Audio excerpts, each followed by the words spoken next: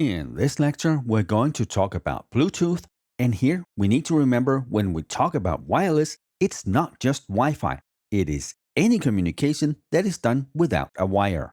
We use Bluetooth to exchange data over short distances, and we use the 2.4 GHz band for that between either fixed or mobile devices. Bluetooth networks are PANs, those are the personal area networks, and remember those are the ones that are really close to you. We segment Bluetooth devices into 3 categories, and even though it is a PAN, a personal area network, some of them can reach as far as 100 meters or just over 300 feet.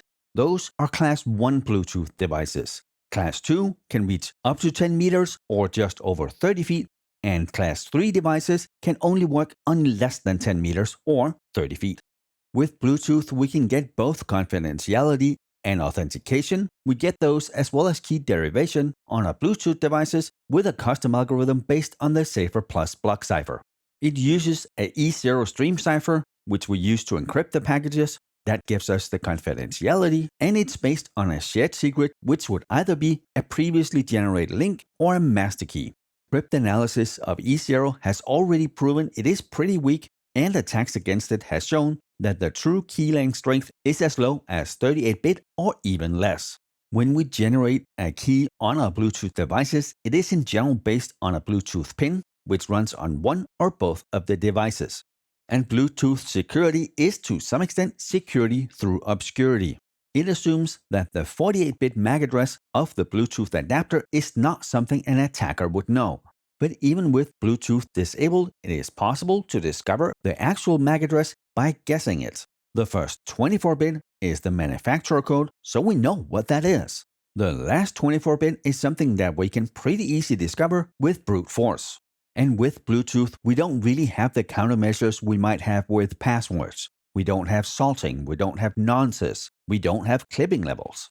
The attacker can just keep going with their brute force attack, and at some point they will hit the right one. Now let's finish this lecture out by looking at some more attacks and then some countermeasures. We already talked about how Bluetooth in many cases is security through obscurity, because first off you need the proximity, and even if you do hack the device, it's limited what you can do in the eyes of an attacker. It's unlikely there's anything that's really profitable or anything that's really secrets we want to keep. So first off, we have bluejacking, and that's sending unsolicited messages over Bluetooth. It's really just annoying, but it is pretty harmless. Next up, we have bluesnarfing, and this is more critical.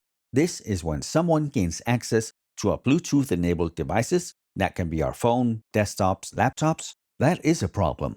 But with bluesnarfing, they only have access to some of our information. Whereas the next one, bluebugging, they actually have control. And this is something that can happen if you leave your device in a discoverable state with Bluetooth turned on.